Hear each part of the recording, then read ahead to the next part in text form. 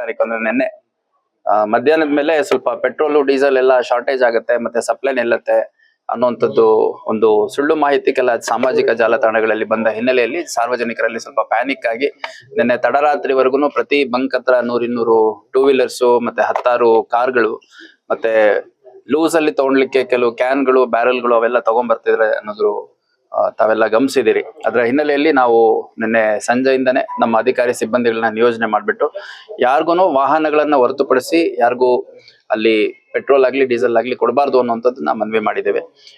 ಅದ್ರ ಜೊತೆಗೆ ನಾವು ಸಂಬಂಧಪಟ್ಟ ಇಲಾಖೆಗಳ ಜೊತೆ ಕೂಡ ಮಾತಾಡಿದ್ದೇವೆ. ಅದ್ರ ಜೊತೆಗೆ ನಮ್ಮ ಇಲ್ಲಿ ಸಪ್ಲೈಯರ್ಸ್ ಯಾರಿದ್ದಾರೆ ಪ್ರತಿ ಪೆಟ್ರೋಲ್ ಬಂಕ್ಗಳು ಆ ಬಂಕ್ ಓನರ್ಗಳ ಜೊತೆ ಮಾತಾಡಿದ್ದೇವೆ. ಮತ್ತೆ ಅವರ ಅಸೋಸಿಯೇಷನ್ ಅಧ್ಯಕ್ಷರೇನಿದ್ದಾರೆ ಅವ್ರ ಹತ್ರ ಮಾತಾಡಿದ್ದೇವೆ.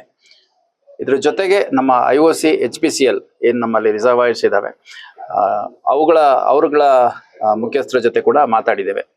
ಸೊ ಒಟ್ಟಾರೆಯಾಗಿ ನಮಗೆ ಬಹಳ ಸ್ಪಷ್ಟವಾಗಿ ನೀಡಲಾಗಿರುವ ಮಾಹಿತಿ ಅಂತಂದ್ರೆ ಯಾವುದೇ ಕಾರಣಕ್ಕೂ ಪೆಟ್ರೋಲ್ ಆಗ್ಲಿ ಡೀಸೆಲ್ ಆಗ್ಲಿ ಗ್ಯಾಸ್ ಆಗ್ಲಿ ಅದರ ಅಭಾವ ಇಲ್ಲ.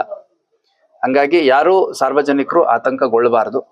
ಮತ್ತೆ ಸಾಮಾಜಿಕ ಜಾಲತಾಣಗಳಲ್ಲಿ ಕೆಲವರು ಸುಳ್ಳು ಸುದ್ದಿಯನ್ನೇ ಸ್ವಲ್ಪ ಗ್ಲೋರಿಫೈ ಮಾಡಿಬಿಟ್ಟು ಹೆಚ್ಚು ಪ್ರಚಾರ ಪಡ್ಕೊಳ್ಳಿಕ್ಕೆ ವ್ಯೂಸ್ ಪಡ್ಕೊಳ್ಳಿಕ್ಕೆ ತಮ್ಮ ಪ್ರೊಫೈಲ್ ಬಿಲ್ಡ್ ಮಾಡಲಿಕ್ಕೆ ಈ ತರ ಸಂದರ್ಭಗಳನ್ನ ಉಪಯೋಗಿಸ್ಕೊಂಡಿರುವಂತದ್ದು ಕಂಡು ಬಂದಿದೆ.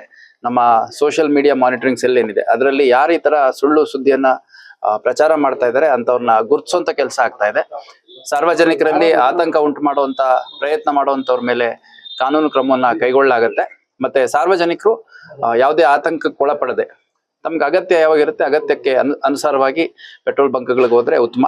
ಎಲ್ಲಾ ಪೆಟ್ರೋಲ್ ಬಂಕ್ಗಳ ಹತ್ರನೂ ನಮ್ಮ ಅಧಿಕಾರಿ ಮತ್ತು ಸಿಬ್ಬಂದಿಗಳ ನಿಯೋಜನೆಯನ್ನ ಮಾಡಿದ್ದೇವೆ.